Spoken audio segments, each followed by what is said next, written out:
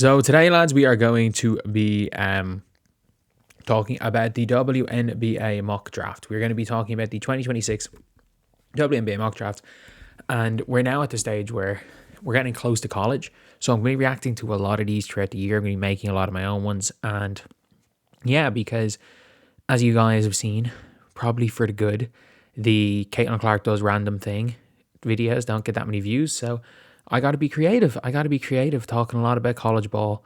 And look, if you're not here for basketball, it's going to be kind of a grim few months. But don't worry, don't unsubscribe. Just come back in May, or just come back in like March when Caitlin starts playing for Team USA. If you're just here for Caitlin Clark, but we're going to talk about this right here. Lauren Betts at number 1. I can guarantee you, Lauren Betts. I can't guarantee you because Minnesota could get number 1, but I would say there's a 90% chance Lauren Betts doesn't go number 1. I would say number 1, when it's all said and done, is going to be between Flaw J. Johnson and Awafam. That's my prediction, because I think purely based on how bad Tiara McCowan, Kalani Brown, Camila Cardoso, and Brittany Griner were this year, I think it's hard to bet on that archetype. Whereas the Awafam archetype is really good. Flaw J is obviously going to be good. And then I'm not saying you're wasting a number 1 pick on AZ, but it's like, it's very rare you see a low ceiling, high floor player. And by low ceiling, I mean like there's a 50-50 chance she's an all-star caliber player. Like, she might not be that. Like, she's not as good a prospect as a Sonia Citron. It's hard to take a Sonia Citron type prospect at number 1. But anyway, so they have Lauren Betts at number 1 here. Number 1 pick for Dallas, obviously Dallas. UConn guard Paige Bueckers won Rookie of the Year. The Wings won 10 games, finished tied for last for Chicago. They did not finish tied for last for Chicago, did they? Wait, this guy only won 10 games this year. Did not? No. This guy swept the thing, didn't they? This guy swept the Wings. No, this guy won 11 games. I could have swore this guy won 11 games. Because they were guaranteed last, even if they'd won that last game. Did this guy only win 10? Shit, this guy only won 10. This son won 11 games. But obviously they fired Chris Kaklanis and they're trying to win. It says here, WNBA team, she's a traditional center, doesn't shoot threes. WNBA teams must decide if that's a major drawback or something she can add alongside a strong low block play. I'm sorry, it's 2026. Back to the basket. Centers who don't have even a mid-range game are not effective players. I'm sorry, that's not an effective way of playing, especially because she's not that effective in the PNR. She is actually a pretty good high-low passer, but it's like, you simultaneously need a team that plays slow and a bunch of athletes around her to make up for her lack of foot speed. So like, you have to build, Lauren Betts has to be one of your 2 best players, otherwise there's no point in her being on the floor. I think depending on the situation she goes to, she might be the biggest bust in this draft. I think there's a potential she wins Rookie of the Year if she's in the right system, but if she's in the wrong system, she might get bench splinters for a year. Olivia Miles to the Lynx, they need a point guard, so fair enough. But the thing with Olivia Miles is she did miss a season with an ACL injury. She was good last year. She was real good last year. And I think I'd say she got paid like $750K to go to TCU. I know she got paid a stupid NIL money. I know that. Like 15, 5 and 5 last year, and she shot the shit out of the ball. For me, that's probably the biggest thing, is that she shot the shit out of the ball. She was somebody that really, up to that point, did not shoot the ball at all for her career, but she shot the shit out of the ball last year. It all depends. She's in the conversation for 1 if she continues to play like she did last year. Last year, she was in that conversation at number 1. And I think had she entered the draft last year, she goes 4 or 5. Because she was so good to start the year and she was so bad to end the year. Like, as soon as Notre Dame got the number 1 overall seed, they imploded. And a major reason they imploded was Olivia Moss. Her inability to play on defense, She looked checked out against TCU in the championship game. They lost to TCU twice, I think. So, not a championship game, in the tournament. Now she's there at TCU. It's going to be an interesting one. Look, I don't see how someone that was going to fall to 4 or 5 last year, maybe even lower. She might have fallen to the Mystics at 6. Someone who potentially could have fallen to 6 in last year's draft, because I think the Valks were dead set on Jacide. So potentially someone who could have fallen to 6 in last year's draft goes up to 2 in this year's draft. She's going to have a near National Player of the Year caliber season to get to 2. AZ Foot at 3. She just fits, doesn't she? The Storm are a perfect team to take AZ Foot. Storm are going to be good. It just really depends on what the Storm are doing for your agency, because she's a much better fit for that Seattle Storm team than what's her name was, Brittany Sykes. So if you can go out next year with, it's like Horston's coming back. If you can go out next year with Skylar, AZ, Gabby, Neka, Malonga, and then you have infinite cap space. You've got Horston on your bench. You've got money that you can do something with it. Like, you're probably going to keep maybe Katie Lou on a minimum.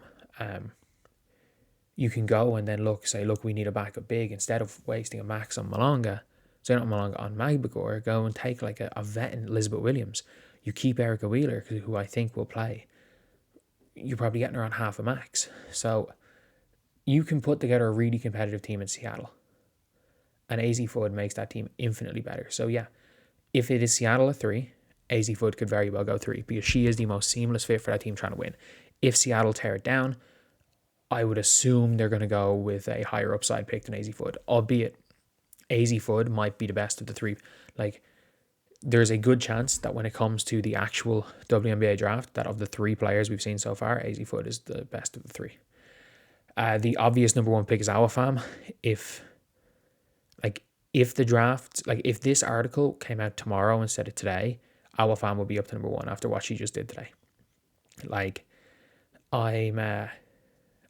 I'm making video. It'll be out about an hour after this. What Awafam did today has just cemented her number 1. She doesn't have to play for the rest of the year. She's number 1. It's silly. I stood so I was literally me to the camera here away. So I sat courtside, but I sat the closest seats to where the tunnel is. So I just stood up watching them walk by, just to kind of get a gauge of what height they all were. And I've seen men be listed as 6'8" that aren't as tall as Awafam. That's not saying Awafam's 6'8". It's saying Awafam is a legit 6'5", 6'6". Not a basketball 6'5", 6'6", a legit 6'5", 6'6". Let's be conservative, even without shoes, a legit 6'5" without shoes. How many players in the WNBA are a legit 6'5"? There's not many. How many players are a legit 6'5" and can move? Malonga. Aaliyah Boston is not a legit 6'5". She's same height. Whatever height Angel Reese is, she's the same height. Dewana Bonner. Is that it? Is that it? That it can move and are at legit 6'5", 6'6", that are her size and can move like her? Rupert, she was a decent. She was yay much taller than Monique Billings, and Monique Billings is listed at 6'4". Monique Billings was quicker than her, but she's a super fast big. Maybe Temmie. Temmie's not 6'5", but she's tall and can move.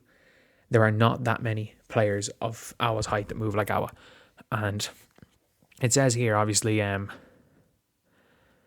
potential is high. She might elevate all the way to number 1 by the time of the draft.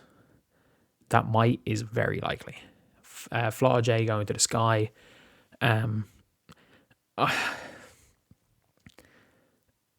There's going to be so much shit that happens. Just, are you willing to have all the social media shit with her and Angel?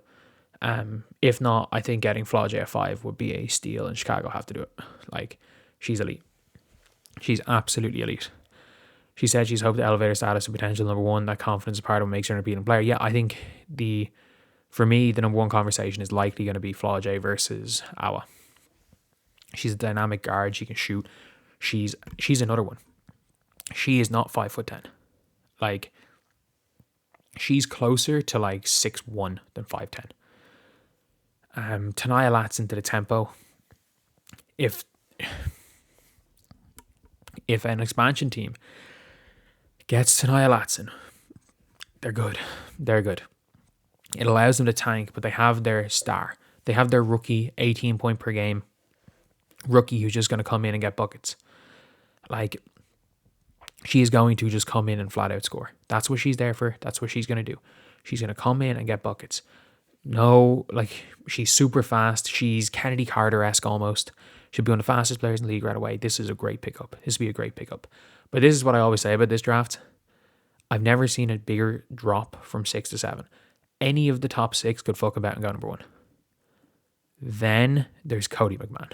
Like, if Cody McMahon, if you end up, imagine being whichever one of the Portland Fire or the Toronto Tempo don't get that top 6. There are 6 players in this draft that are all have some argument at number 1. Even bets, you can have if you want to play old style basketball and you want to walk it up and down, you can argue bets. Then you got Cody McMahon. It's such a big drop. Like, I'm just glad they didn't mock her to the fever. Imagine Cody McMahon playing on a team with Caitlin Clark. But Golden State Valkyries taking Garzone. I'm gonna be honest. I'm really not high on Garzone. I understand she's a 6'3" shooter. I don't care about drafting Israeli Katie Lou Samuelson. I just don't care. Like, she's fine. I've seen people mocking her to the fever and saying she will start next year. Garzone is not very good. Like, the Fever have, like, Garzone, if she was in last year's draft, is a late second round pick. Like, Tahina Paopao is better than Garzone. The idea of Garzone is better than the player of Garzone. Either way, then you've got Sarah Williams to the Mystics. I need to see how she gets on at UConn. I really need to see how she gets on at UConn. 9 feels a bit high. I'd love if the Fever got Janiah Barker, purely on potential alone. Like, she is a dynamic 6'4" athlete who, through 2 college seasons, shot the ball well, then forgot how to shoot at UCLA, has defensive potential. She's raw. The problem is that they drafted a raw player in KK Timpson, and I don't know how much development time you have for both of them, but Janiah Barker's ceiling's a lot higher than KK's. So, if we land on Janiah Barker, I'm not saying no. I'm not saying no at all if we land on Janiah. Then there's Gianna Neefkins at 11. Super senior who shoots the shit out of the ball, has the potential to get up as high as 7 if she hoops at UCLA, but she's fine. She's fine. She just shoots. That's all she kind of really does. Iana Martine. I thought Iana Martine she's looked really good so far. She's looked real good to start this season. I don't know if she's ready to play in the WNBA right now. She's young. I think she'll be a stash, which is why I wouldn't mind the Fever taking her. She is probably a stash, just to maximize the rookie years. But she has a higher ceiling than Kiki Rice, but she's probably not a player you bring over right away. So 12 could be, I could see her going as high as 7. If she has a really good season in Spain, she could go as high as 7. But 12 kind of sounds right. Ashlyn Jackson, who's she genuinely is good. Genuinely good defender. Good, can shoot the ball. Perfect for Krasmesco. Honestly, perfect for Krasmesco. Kiki Rice is a player that the idea of Kiki Rice is better than the player of Kiki Rice. But, like, she has an ability to pass, score. She's a good defender. She's tall for a guard. Like, there's a player in there somewhere. There has to be a player in there somewhere. She's too good. Like, there's too many things she's good at. Like, if you are Seattle and you get her at 14, unreal. You've got a much better point guard than Nika Mule to back up whoever you have. And you can play Erica Wheeler kind of at a 1-2. But I don't know. I think, depending on how the season goes, she's someone as well who could get to 7. Could be out of the first round.